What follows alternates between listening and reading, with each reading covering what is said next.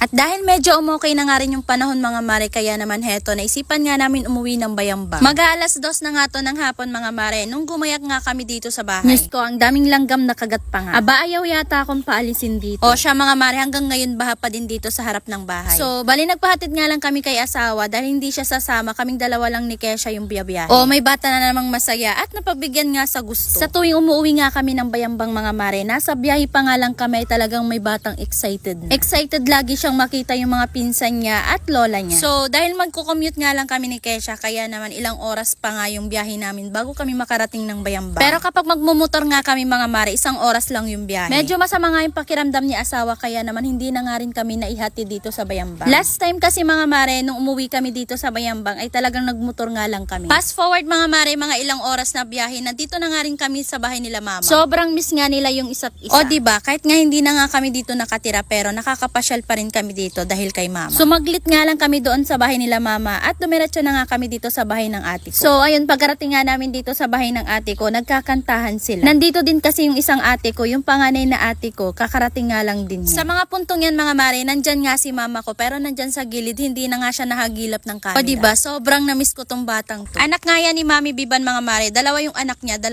lalaki. At yung nakasalaming dyan na babae, yan yung ate namin na panganay na halos hindi nyo makita sa vlog ko. Sobrang busy kasi niyan sa buhay. And sa aming 3 babae mga mare, siya lang din yung wala pang asawa at wala pang ang anak. At ito namang 2 magpinsan, grabe, namiss nila ang isa't isa. At nung mga bandang hapon na nga mga mare, mga around 6, heto, nagkape nga muna kami dito. Heto talaga yung namiss ko dito sa amin kasi tuwing hapon, bago kami kumain ng dinner, ay talagang nagkakape pa nga kami at sabay-sabay kami nagkakape. Hinirhan nga nila ako ng ulam nila nung lunch at heto, ipapainit ko na nga at kakainin ko na nga ngayon kasi naramdaman ko na nga yung gutom. Yung ate ko pa nga nagluto nito mga mare, ito yung tinatawag nilang balbak. Balat nga ng baka to mga mare at ganitong luto nga yung masarap dito. Yung lasa niya mga mare, medyo maasim-asim. Tapos sobrang lapot ng sabaw niya. Ganito nga yung masarap na luto sa balat ng bata mga mare, lalo na kapag medyo mainit-init. Lalong sasarap nga to mga mare, lalo na kapag may kalamansi. Pero may batang nanghihingi ng kamatis. Ko mare, kung alam nyo lang, napakahilig ng batang to magpapak ng kamatis. Kabaliktaran nga mga mare, kasi mas gusto niyang kainin yung hilaw na kamatis kaysa yung kamatis na niluto. Pero okay lang naman yung ganun mga mare, kasi kahit papaano healthy naman yung kinakain niya. So dahil hindi nga kompleto tong kinakain ko hanggat walang kalamansi, kaya naman ayan, nilagyan ko na nga yan ng kalamansi. Sino dito mga mare ang kumakain ng balbakwa at kung alam nyo yung ganitong luto? And kung napapanood nyo nga to mga mare, hindi nga kumakain si Kesha sa mga puntong kakatapos niya lang kasi magmerienda. Sabi mga mare, kung natitikman nyo nga tong kinakain ko, sobrang sarap. O siya mga mare, fast forward pagkatapos ko ang kumain at pagkatapos namin magkape, hetong at nag-prepare na naman kami ng pagkain para sa panghapunan. Pinagbalat nga ako ng sayote ni ate, pero si ate ko nga yung nagluluto. Sinasabi ko sa inyo mga mare, pagkasama mo tong ate ko, hindi ka talaga magugutom. Syempre, alam niya ng mga taong nakakakilala sa kanya at nakakasama siya. Hindi sa pagmamayabang mga mare, gustong-gusto nilang kasama tong si ate ko. Kasi bukod sa mahilig magluto at marunong magluto, talagang maalaga si ate, maasikaso. O siya mga mare, dito ko na nga lang tatapusin tong mini vlog na to. Sana'y nag-enjoy kayo. O siya, nandito na nga rin ako at nakabalik na sa Santa Barbara. Bye!